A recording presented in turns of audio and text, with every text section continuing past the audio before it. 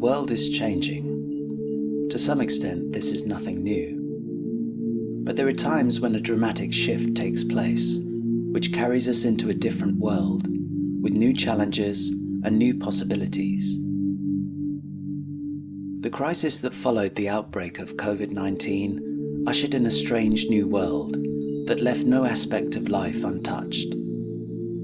Even in the most developed nations, where people enjoy the highest standards of living, people experience the shocks of food insecurity, shortages of basic necessities, and the loss of some of our most basic freedoms, such as the freedom of movement, freedom of assembly, and freedom of choice. Many people accepted these conditions as temporary and complied with restrictions on daily life in the hope that things will eventually return to normal. Maybe in time normality will return, but the experience of this crisis cannot be brushed aside, as it raises important questions about the way we have lived up until now and the way we want to live in future. The government response to the pandemic was to restrict freedom of movement in a curfew they refer to as lockdown. This led to the shutdown of most economic activity, which produced the sharpest economic contraction seen since the Great Depression. Millions of people either lost their jobs or became dependent on government assistance. This free money is understood to be temporary, and it raises unsettling questions about the long-term effects of the shutdown and the ability of the government to support everyone who has seen their livelihoods affected. Ultimately, our market-based system remains unchanged. If you cannot pay your rent, you get evicted. And if you cannot pay your mortgage, you lose your home. Thus, in the new world we find ourselves, home insecurity is going to be a major concern for many people. The lockdown also produced an extraordinary panic not seen in living memory. Inflamed by media reports of the pandemic, people all over the country descended on supermarkets and picked the shelves clean in an orgy of panic buying that was illogical and in many cases obscene. This panic seems to have been a collective realization of the insecurity of our way of living and of the vulnerability of our supply chains. For the first time, people became conscious of their absolute reliance on the smooth functioning of a system that does not respond well to shocks. People had plenty of time to reflect on this, as they stood in long queues to access the source of their food, often to find that key items were unavailable. Although the supermarkets seem to have resumed normal service, there are unsettling reports about the impact of the lockdown on our agricultural and food processing systems. Some commentators are raising the question of whether a global food crisis might yet prove to be the legacy of this pandemic. Thus, in the new world we find ourselves, food insecurity is going to be a major concern for many people.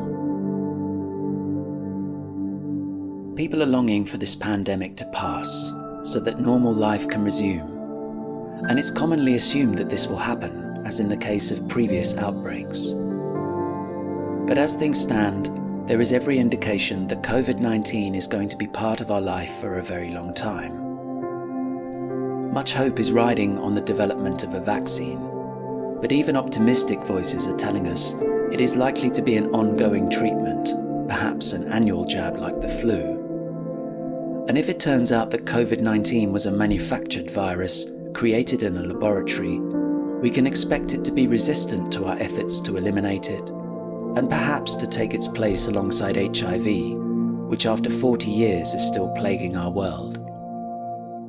In this scenario, where COVID-19 is with us for the long term, we face the prospect that the strange and inhuman reconfiguration of our society will become entrenched in what many are referring to as the new normal. The rationale will be maintained that the loss of freedom is a necessary sacrifice to prevent the spread of a virus, which may or may not be a permanent feature of our lives.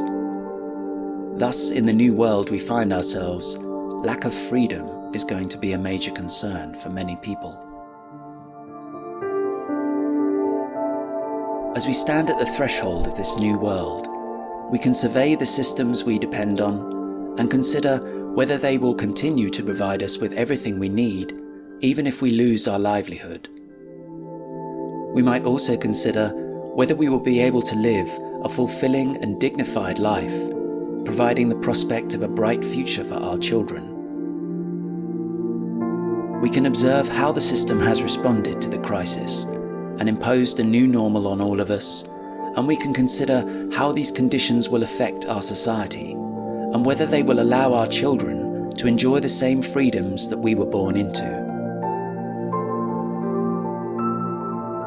In observing how the system has treated each one of us as units to be controlled and monitored, we arrive at an age-old question. If the system can only function by making people redundant, then what are people for?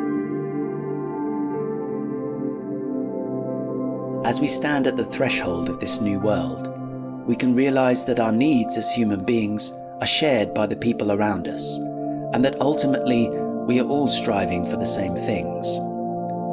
The insecurity and fear of this crisis is a shared experience, as evidenced in the panic buying at the beginning of the lockdown. But with that shared experience and the resulting empty shelves and lack that followed, we might begin to consider the need for a change of attitude.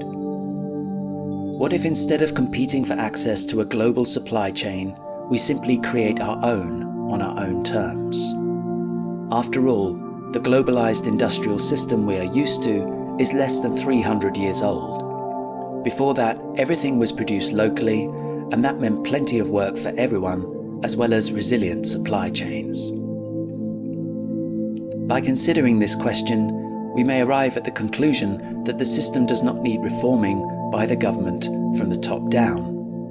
We need to build our own system ourselves from the ground up. But this is impossible on our own, and so we arrive at the unifying factor which resolves our differences. We need each other if we are to find ways of producing the things we need if and when the system fails us.